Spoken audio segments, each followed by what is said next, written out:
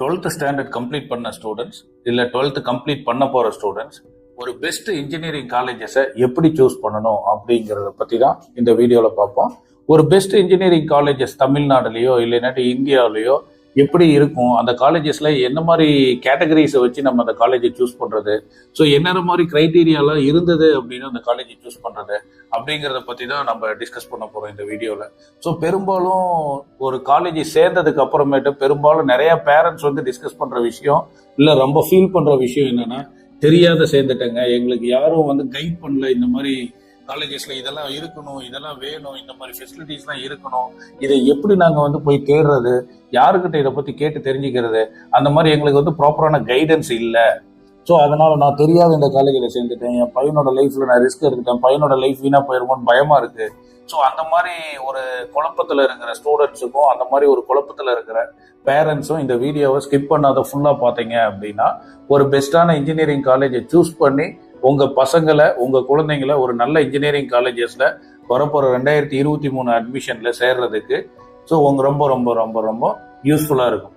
First ஒரு college வந்து best காலேஜா இல்லையா அப்படிங்கிறத எப்படி சூஸ் பண்ணணும் அப்படின்னா, என்னோட எக்ஸ்பீரியன்ஸில் நான் ஒரு 7-8 பாயிண்ட்ஸ் மென்ஷன் பண்ணியிருக்கேன். இதில் ஃபர்ஸ்ட் பாயிண்ட் வந்து பார்த்தீங்க அப்படின்னா அண்ணா யூனிவர்சிட்டி பாஸ் பர்சன்டேஜ் அப்படின்னு சொல்லுவாங்க. ஸோ ஒரு சில காலேஜஸில் இப்போ தமிழ்நாட்டில் வந்து பார்த்தீங்கன்னா தோராயமாக ஒரு 450லேருந்து ஒரு 500 இன்ஜினியரிங் காலேஜஸ் இருக்குது. இந்த 500 இன்ஜினியரிங் காலேஜஸில் ஃபார் எக்ஸாம்பிள், ஒரு உதாரணத்துக்கு ஒரு காலேஜில் ஒரு 100 பேர் படிக்கிறாங்கன்னா அந்த 100 பேருக்கு எத்தனை பேர் ஆல் கிளியர் பண்ணியிருக்காங்க, அந்த 100 பேரில் எத்தனை பேர் வந்து எழுதுகிற எல்லா சப்ஜெக்ட்லையும் பாஸ் பண்ணியிருக்காங்க, அப்போ அந்த காலேஜோட பாஸ் பர்சன்டேஜ் எவ்வளோ இருக்குது, ஃபர்ஸ்ட் இந்த காலேஜில் சேர்ற பசங்க எக்ஸாமையாவது பாஸ் பண்ணுறாங்க அப்படிங்கிறத பார்க்கணும். ஸோ இப்போ இந்த காலேஜில் சேர்ற பசங்கள்லாம் எக்ஸாமே பாஸ் பண்ணுறது இல்லைன்னா அங்கே குவாலிட்டி ஆஃப் டீச்சிங் இருக்காது அப்படின்னு அர்த்தம். டீச்சிங் இருக்காது, அப்படி இல்லை அப்படின்னா அங்கே குவாலிட்டி ஆஃப் ஸ்டூடெண்ட்ஸ் இருக்க மாட்டாங்க, அந்த மாதிரிலாம் சொல்லுவாங்க. ஸோ ஃபர்ஸ்ட் இம்பார்ட்டன்ட் பாயிண்ட் வந்து பார்த்தீங்க அப்படின்னா பாஸ் பர்சன்டேஜ். செகண்ட் வந்து பார்த்தீங்க அப்படின்னா பிளேஸ்மெண்ட் ட்ரைனிங் அப்படின்னு சொல்லுவாங்க. அதாவது இந்த பிளேஸ்மெண்ட் ட்ரைனிங் அப்படிங்கிறது இப்போ எல்லா காலேஜஸ்லையும் பிளேஸ்மெண்ட் ட்ரைனிங் அப்படிங்கிறத கொடுக்க ஆரம்பிச்சிட்டாங்க. ஆல்மோஸ்ட் ஒரு 60 to 70% of the top institutions in Tamil Nadu எல்லாமே பிளேஸ்மெண்ட் ட்ரைனிங் கொடுக்குறாங்க. இதில் யார் வந்து placement training from the day one, அதாவது ஃபர்ஸ்ட் செமஸ்டர்ல இருந்து ஃபர்ஸ்ட் இயர்ல இருந்து யாரெல்லாம் வந்து பிளேஸ்மெண்ட் ட்ரைனிங் கொடுக்குறாங்க அப்படின்னு பாருங்க. ஸோ ஒரு சில காலேஜஸ்ல இப்போ என்ன பண்றாங்க அப்படின்னா, அந்த ஸ்டூடெண்ட்ஸோட ஒரு கண் துடைப்புக்கு ஃபைனல் இயர்லயோ இல்லை தேர்ட் இயர் செகண்ட் செமஸ்டர்ல, அதாவது 6வது செமஸ்டர்லயோ அந்த பிளேஸ்மெண்ட் ட்ரைனிங் அப்படின்னு ஸ்டார்ட் பண்ணி ஒரு 10 days 20 days ஒரு நேம் சேக் ஒரு ஐவாஷ்க்கு இந்த ட்ரைனிங் கண்டக்ட் பண்ணி முடிச்சிடுறாங்க. பட் ஒரு சில quality institutions in Tamil Nadu first இயர்ல இருந்தே ஃபர்ஸ்ட் இயர்ல ஒரு ஸ்டூடெண்ட்டுக்கு ஒரு பேசிக் ஆப்டிடியூட் ஸ்கில்ஸ், ஒரு பேசிக் ஸ்போக்கன் இங்கிலீஷ் கிளாஸஸ், இல்லை ஒரு பேசிக்ஸ் சாஃப்ட் ஸ்கில் ட்ரைனிங்லாம் கொடுத்துட்டு ஃப்ரம் த செகண்ட் இயர் ஒரு ஆப்டிடியூடோ ஒரு டெக்னிக்கல் ட்ரைனிங் இந்த மாதிரி ஸ்டார்ட் பண்ணிட்டு தேர்ட் இயர் அண்ட் ஃபைனல் இயர்ல வந்து அந்த ஸ்டூடெண்ட்டை கம்ப்ளீட்டா அவனை வந்து ப்ராக்டிஸ் அண்ட் எவல்யூஷன் அந்த கேட்டகரியில இருக்கும். ஸோ அப்போ நீங்க சூஸ் பண்ற காலேஜஸ்ல பிளேஸ்மெண்ட் ட்ரைனிங்க்கு எந்த அளவுக்கு இம்பார்ட்டன்ஸ் கொடுக்குறாங்க அப்படிங்கிறத பார்க்கணும். பிளேஸ்மெண்ட் ட்ரைனிங் வந்து நல்லா இருந்தது அப்படின்னா ஆட்டோமேட்டிக்கா பிளேஸ்மெண்ட்ஸ் கண்டிப்பா நல்லா இருக்கும். ஒரு ஸ்டூடெண்ட் வந்து நல்லா ட்ரெயின் ஆயிட்டானா ஆட்டோமேட்டிக்கா அந்த காலேஜ் ஆஃபர் பண்றாங்களோ இல்லையோ, தே themselves will be placed in the top MNC companies. Third important thing வந்து பாத்தீங்கன்னா காம்படிட்டிவ் பிளாட்ஃபார்ம், டெவலப்பிங் ஸ்டூடெண்ட்ஸ் இன் த காம்படிட்டிவ் பிளாட்ஃபார்ம். அதாவது ஒரு ஸ்டூடெண்ட் வந்து நம்ம படிக்க வச்சு டெய்லியும் இப்போ ஒரு போர்டிங் ஸ்கூல்ஸ் மாதிரி டெய்லி நைட்டு 11 மணி வரைக்கும் 10 மணி வரைக்கும் உட்காந்து படின்னு படிக்க வச்சு அவருக்கு வந்து பார்த்தீங்க அப்படின்னா அந்த பாஸ் பர்சன்டேஜ் இன்க்ரீஸ் பண்ணுறாங்களோ இல்லையோ, developing the students in the competitive platforms அப்படின்னு சொல்லுவாங்க. அதாவது காம்படிட்டிவ் பிளாட்ஃபார்ம்ஸ்னா இப்போ இந்த இன்டர் காலேஜ் டெக்னிக்கல் காம்படிஷன் நடக்கும், இல்லைனாட்டி பேப்பர் ப்ரெசன்டேஷன்ஸ் நடக்கும், நிறைய ப்ராஜெக்ட்ஸ் இருக்கும், இப்போ காலேஜ் லெவலில் யூனிவர்சிட்டி லெவலில் ப்ராஜெக்ட்ஸ் இருக்கும். அந்த மாதிரி டெக்னிக்கலாக ஒரு ஸ்டூடெண்ட்டை வந்து ஒரு காம்படிட்டிவ்னஸ், இந்த யூனிவர்சிட்டிக்கும் அடுத்த யூனிவர்சிட்டிக்கு ஏதாவது ஒரு டெக்னிக்கல் காம்படிஷன் வந்துச்சுன்னா நம்ம ஸ்டூடெண்ட்ஸ் வந்து தைரியமா அந்த போட்டியில போய் கலந்துக்கிற அளவுக்கு அவங்களோட மைண்ட் செட்டையும் அவங்களோட ஸ்கில் செட்டையும் டெவலப் பண்றதுக்கு எந்தெந்த காலேஜஸ் வந்து இம்பார்ட்டன்ஸ் கொடுக்குறாங்க. ஸோ அந்த ஸ்கில் செட் அந்த மைண்ட் செட்ல எப்படி டெவலப் பண்ணுவாங்கன்னா பை யூசிங் இண்டஸ்ட்ரியல் டைப்ஸ் அப்படின்னு சொல்லுவாங்க, இல்லைன்னா சென்டர் ஆஃப் எக்ஸலன்சி அப்படின்னு சொல்லுவாங்க.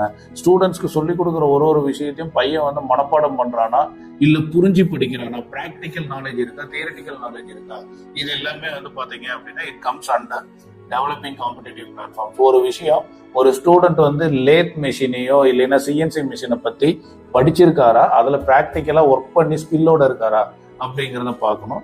த ஃபோர்த் இம்பார்ட்டன்ட் பாயிண்ட் வந்து லேப் ஃபெசிலிட்டிஸ். ஸோ இன்னைக்கு அண்ணா யூனிவர்சிட்டியோட ரூல்ஸ் அண்ட் ரெகுலேஷன் பிரகாரம் ஒரு இன்ஸ்டிடியூஷன்லயும் லேப் இருக்கு. ஸோ என்னென்ன லேப் இருக்கணும், இப்போ ஒரு மெக்கானிக்கல் டிபார்ட்மெண்ட் இருக்கு அப்படின்னா எத்தனை லேத் மெஷின்ஸ் இருக்கணும், ஸ்ட்ரென்த் ஆஃப் மெட்டீரியல்ஸ் மெஷின் எத்தனை இருக்கணும், அப்புறம் கைனடிக்ஸ் இன்ஜினியரிங் மெஷின்ஸ் எத்தனை இருக்கணும், இந்த மாதிரி அவங்க ஒரு செட்டப் ஃப்ரேம் பண்ணி இந்த லிஸ்ட் ஆஃப் எக்யூப்மெண்ட்ஸ் எல்லாமே இந்த லேப்ல இருக்கணும், இத்தனை லேப் இருக்கணும் அப்படின்னு இருக்கும்.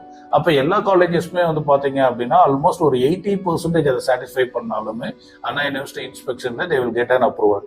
ஆனா அந்த மெஷின்ஸ் எல்லாம் ஒர்க் ஆகுதா, அதெல்லாம் ஒர்க்கிங் கண்டிஷன்ல தான் இருக்கா, அல்ல ப்ரீவியஸா படிச்சுட்டு இருக்க உங்களோட சீனியர்ஸ், அதாவது சீனியர் ஸ்டூடெண்ட்ஸ் எல்லாம் ஒரு செகண்ட் இயரோ தேர்ட் இயரோ ஃபைனல் இயர் படிக்கிற ஸ்டூடெண்ட்ஸ் எல்லாம் அந்த லேப்ல ரெகுலரா ஒர்க் பண்றாங்களா, ஒர்க்கிங் கண்டிஷன்ல தான் இருக்கா இல்லையா அப்படிங்கறத நம்ம செக் பண்ணிக்கணும். ஏன்னா engineering is the practical study அப்படின்னு சொல்லுவாங்க. இது வந்து பாத்தீங்க அப்படின்னா நம்ம ஒரு ஆர்ட்ஸ் அண்ட் சயின்ஸ் மாதிரியோ இல்லைன்னா மற்ற டிகிரி கோர்சஸ் மாதிரி இது தியரிட்டிக்கல் சப்ஜெக்ட்ஸ் கிடையாது, இது பிராக்டிக்கல் சப்ஜெக்ட். இது பிராக்டிக்கல் சப்ஜெக்ட்ஸ் அப்படின்னா நீங்க எப்படி பிராக்டிக்கலா கத்துக்கிறீங்களோ அதை பேஸ் பண்ணி தான் உன்னுடைய ஃபியூச்சர், உன்னோட growth, உன்னோட ஜாப் இது எல்லாமே இருக்கும். த ஃபிஃப்த் இம்பார்ட்டன்ட் பாயிண்ட் வந்து பாத்தீங்கன்னா beyond the syllabus. Beyond the syllabus அப்படின்னா ஃபார் எக்ஸாம்பிள் எனக்கு தெரிஞ்ச ஒரு சில காலேஜஸ்ல வந்து பாத்தீங்கன்னா இங்க சேலம், நாமக்கல் அண்ட் சரௌண்டிங்ல மைக்ரோசாஃப்ட் இன்னோவேட்டிவ் சென்டர்ஸ் அப்படின்னு சொல்லி ஒரு காலேஜ்ல டைப் பண்ணி வச்சிருக்காங்க. ஸோ ஒரு சில காலேஜ்ல வந்து பாத்தீங்க அப்படின்னா இண்டஸ்ட்ரியல் டைப் அப்படின்னு சொல்லிட்டு ஒரு சென்னையிலயோ பெங்களூர்லயோ கோயம்புத்தூர்லயோ இருக்கிற கம்பெனிஸ்க்கு, ஒரு சாஃப்ட்வேர் கம்பெனிஸ்க்கு அவங்க இங்க கேம்பஸ்குள்ள ஒரு ஸ்பேஸ் கொடுத்து அங்க இருக்கிற ஒரு டீமை இங்க ஒர்க் பண்ண வச்சு அந்த டீமோட நம்ம ஸ்டூடெண்ட்டை கொலாபரேட் பண்ணி அப்போ ஒரு செகண்ட் இயரோ தேர்ட் இயரோ ஃபைனல் இயரோ இந்த 3 இயர்ஸும் அந்த ஸ்டூடெண்ட்ஸ் வந்து கிளாஸ் ரூம்ஸ்ல கிளாஸஸ்க்கு தவிர ரிமைனிங் இருக்க டைம் எல்லாமே அந்த கம்பெனிஸ்ல ஒரு எம்ப்ளாயி மாதிரி பார்ட் டைம்ல ஒர்க் பண்ணிட்டு so they are earning the knowledge, they are earning the skill.